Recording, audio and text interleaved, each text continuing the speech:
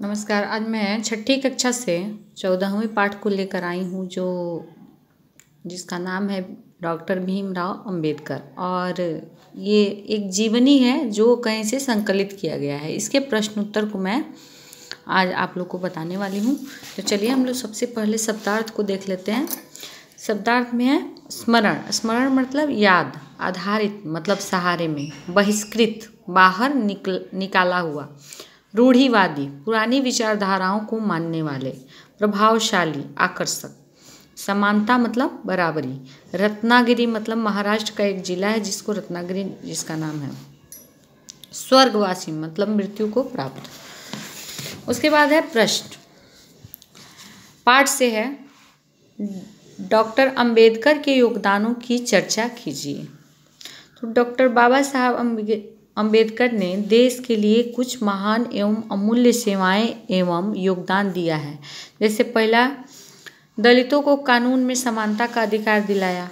राष्ट्र की एकता के लिए उन्होंने कई बातें संविधान में सम्मिलित कराई। ये दूसरा था। तीसरा, स्वतंत्र भारत के संविधान के निर्माण के लिए अपनी सेवाएं दी। उसके बाद देखिए, उसके बाद है चौथा है पुराने कानूनों में कई सुधारों की नींव रखी।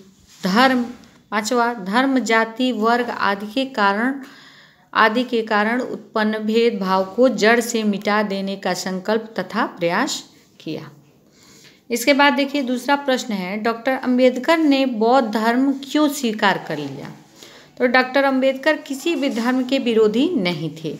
वे धर्म को मनुष्य के लिए बहुत ही आवश्यक मानते थे।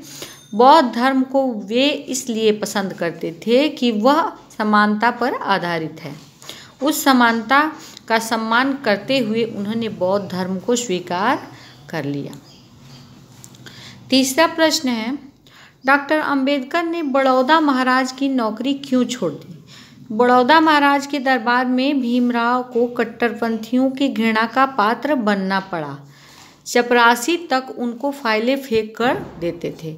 तंग आकर और व्यवहार से क्षुब्ध होकर डॉक्टर अंबेडकर ने महाराज की नौकरी छोड़ दी। जो बड़ौदा महाराज की नौकरी करते थे, जब बीए पास हो गए तो उन्होंने इसीलिए छोड़ दी वहाँ पे। चलिए अब आगे का देखते हैं। चौथा है डॉक्टर अंबेडकर के विचारों से आप कहाँ तक सहमत हैं और क्यों। तो डॉक्टर अंबेडकर के विचारों से हम सहमत हैं क्योंकि उनके विचार देश और समाज के हित में थे और हमेशा रहेंगे। चलिए अब देखते हैं हम लोग अब क्या है पाठ से आगे। पाठ से आगे नहीं है, इसमें हम लोग किताब में एक बार देखते हैं। नीचे स्तंभ क में डॉक्टर भीमराव अंबेडकर से जीवन से जुड़ी कुछ प्रमुख घटनाओं का विवरण है तथा स्तंभ ख में उन घटनाओं के वर्ष दिए गए हैं। इन्हें सही क्रम में मिलान करना है। तो डॉक्टर अंबेडकर का जन्म कब हुआ था? 1891 में हुआ था। डॉक्टर अंबेडकर ने हाई स्कूल की परीक्षा कब पास की थी? 1907 में। डॉक्टर अंबेडकर ने बीए की परीक्षा कब पास की? 1913 में। डॉक्टर अंबेडकर की शादी कब हुई? 1905 में। मूक नायक नामक साप्ताहिक पत्रिका का प्रकाशन कब हुआ? 1920 में। डॉक्टर अंबेडकर की मृत्यु कब हुई? 1956 में। तो ये आप लोग का मिलान का हो गया। उसके बाद है पाठ से आगे। पाठ से आगे चलिए हम लोग देखते हैं। इसमें डॉक्टर अंबेडकर को भारतीय संविधान का जनक क्यों कहा जाता है। डॉक्टर अंबेडकर ने भारतीय संविधान को बनाने में अपना महत्वपूर्ण योगदान दिया है तथा उन्हीं के नेतृत्व में संविधान का प्रारूप तैयार किया गया था, इसलिए उन्हें भारतीय संविधान का जनक कहा जाता है। दूसरा है इसमें का डॉक्टर अंबेडकर को बाबा साहब उपनाम से जानते हैं। कुछ और भी महापुरुषों के उपनाम हैं, उनके नाम और उपनाम लिखिए। जैसे डॉक्टर राजेंद्र प्रसाद को देश रत्न कहा गया है। देश रत्न डॉक्टर राजेंद्र प्रसाद कहा जाता है। जयप्रकाश नारायण को कहा जाता है लोकनायक जयप्रकाश नारायण। सुभाष चंद्र बोस जी को कहा जाता है नेताजी सुभाष चंद्र बोस।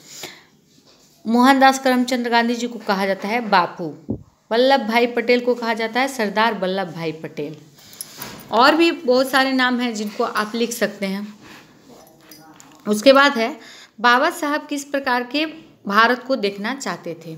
तो बाबा साहब चाहते थे कि भारत में समाज के सभी व्यक्ति को समान अधिकार प्राप्त हो, छूत अछूत जैसी विचारधारा न हो, जाति आधार कोई पेशा न हो, बल्कि ज्ञान और अभिरुचि के आधार पर पेशा मिले।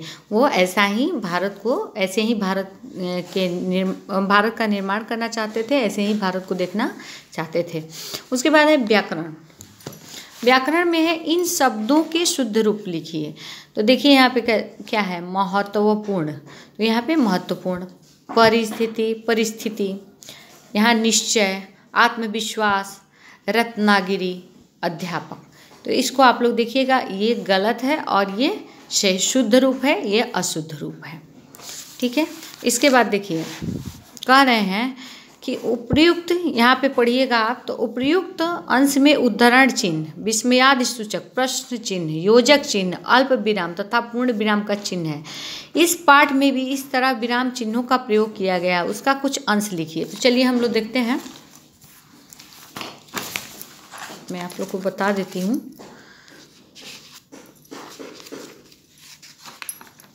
चलिए यहाँ है,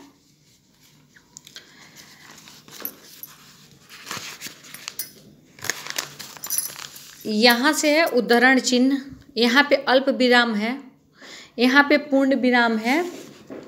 ठीक है, यहाँ पे अल्प विराम है। तो देखिए, मैं अछूत हूँ, यह पाप है, किसने बनाई छुआछूत की व्यवस्था, किसने बनाया है, किसी को नीच किसी को ऊंच, भगवान ने। यहाँ प्रश्नवाचक है, यहाँ भी प्रश्नवाचक है, हरगिज नहीं, यहाँ पे पूर्ण विराम है। वह ऐसा नहीं कर सकता, यहाँ भी पूर्ण विराम है। वह सबको समान रूप से जन्म देता है, यह बुराई मनुष्य ने पैदा की है, मैं इसे मिटाकर रहूँगा। और यहाँ पे उदाहरण चिन्ह जो है वो बंद कर दिया जाता है। तो ये जो लाइन है वो यहाँ पे आप लोग लिखेंगे इसके प्रश्न के उत्तर में। ठीक है, अब उसके बाद है, इस वर्ग पहेली में 5 महापुरुषों के नाम छिपे हैं, उनके नाम मोटे लिखे गए अक्षर से शुरू होता है। तो चलिए इसमें अगर हम लोग ढूंढते हैं तो यहाँ पे क्या है, तो सु है, इससे क्या है, सुभाष चंद्र बोस। तो सु बा इसमें से ढूंढिएगा,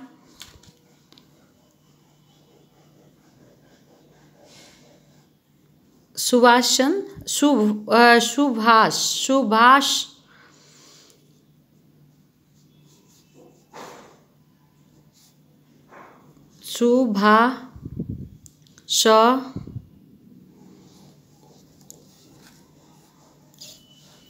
चंद्र बोस।